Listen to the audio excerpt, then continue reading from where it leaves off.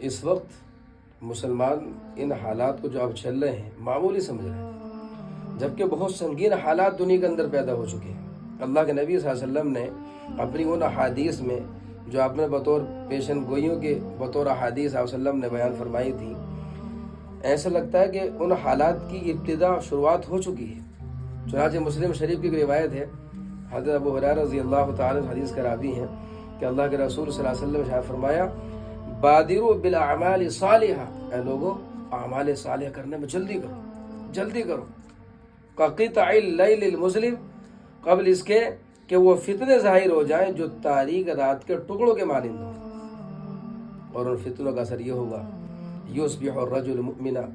کہ آدمی صبح کو مومن ہوگا،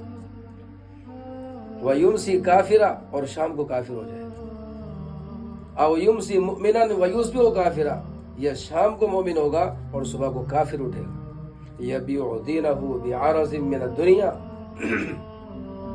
اور وہ اپنے دین و مذہب کو، اپنے دین و ملت کو دنیا کے تھوڑے سے فائدے کی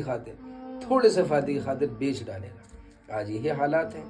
10 روپے کی خاطر 100 روپے کی خاطر جھوٹ بول رہا ہے اور بالکل ایمان کی فکر نہیں کر رہا ہے مسلمان۔